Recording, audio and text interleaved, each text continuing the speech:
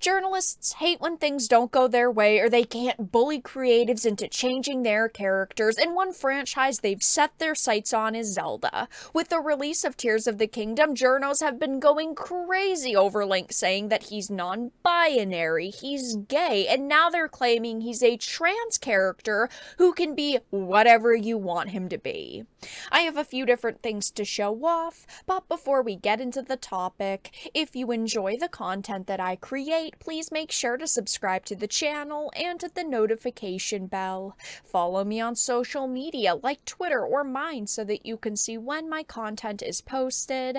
And of course, if you do really enjoy the videos and the live streams that I create, please consider becoming a Dark Titan via Patreon or a supporter via YouTube memberships.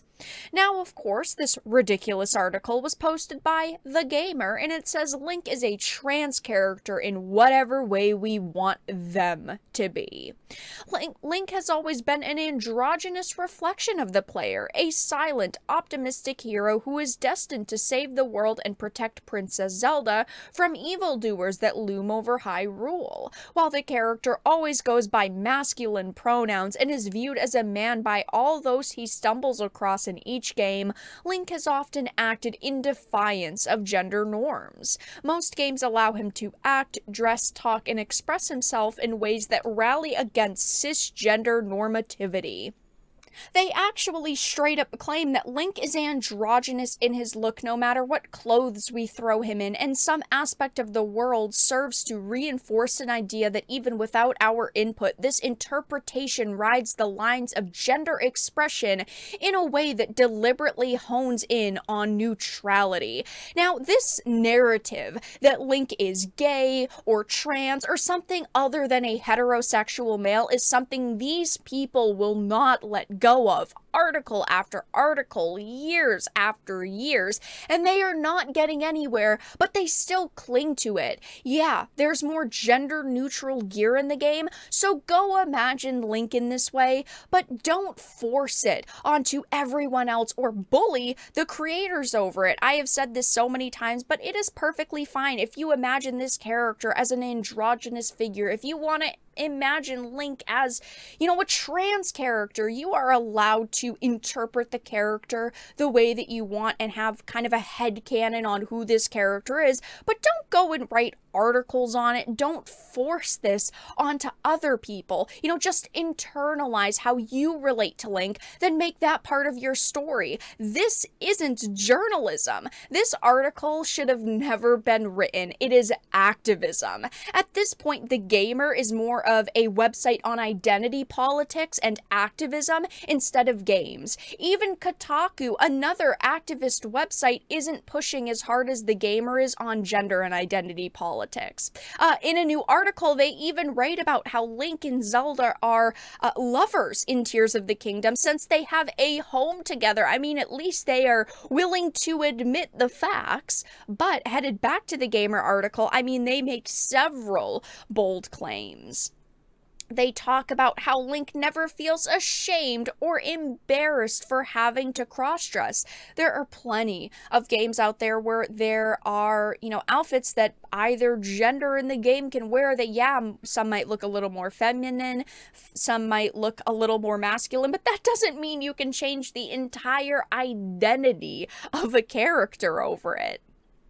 They even go on to completely reinterpret what the creator originally said about Link. So it says Link isn't canonically queer, but never needed to be in order to evolve into a queer icon. They point out how the producer of The Legend of Zelda said as much himself about how Link was designed to be interpreted as anything.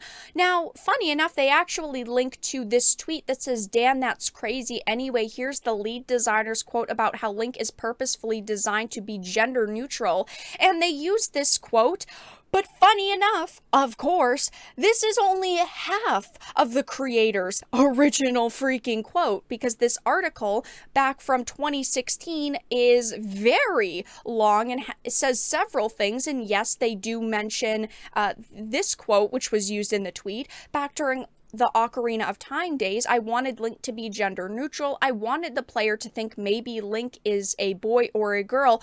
But then he continued saying during the development of Twilight Princess, I went a different route and created a version of Link that was more masculine. But after Twilight Princess, I went back to the drawing board and decided Link should be a more gender neutral character. Hence, I created the version of Link that you see in Breath of the Wild. And as far as gender goes, Link is definitely a male, but I wanted to create a character where anybody would be able to relate to the character. And this is very important. Everybody should be able to, relate to Link or any character. And it's perfectly fine if you want to see Link as more of a gender neutral term, because that was a thought in the back of their minds when they were creating Link and making Link the popular figure that he is today. But they do specify that Link is definitely a male. But this journalist actually links to half of this quote that, of course, fits their narrative more. That is why I do not trust game journalists and why I would never trust anyone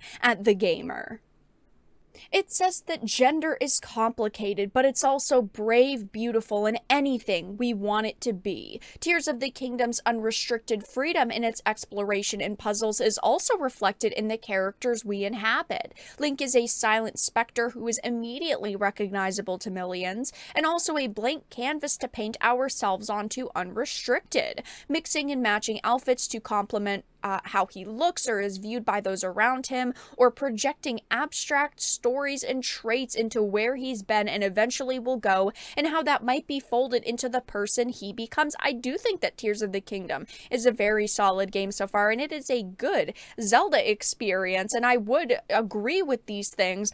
But again, this is just a small portion of what journalism should be. They should be talking about the game, the content that exists in it, but instead they have this fan fiction of an article going on. And like I mentioned, this is not the first time a journalist has put out an article like this. It's been going on for years, but one of the more recent examples was from Polygon back in March. Link is a gay icon and Zelda fans know it. And they basically try to shove this idea that, Link is gay, and while you might not have seen it, here's a bunch of reasons why it's actually true.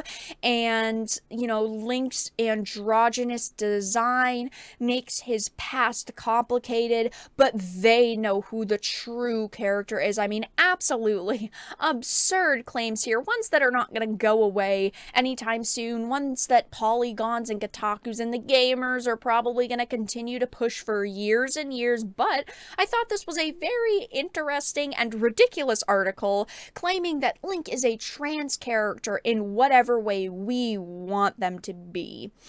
But that's all that I really had to discuss in this video. Let everyone know your thoughts in the comment section down below. If you enjoyed this and of course found it important and informative, please make sure to give it a like, share it, and subscribe to the channel. And of course, if you didn't, make sure to give it a dislike. I appreciate your support either way, but I will talk to you all again in the next video really soon.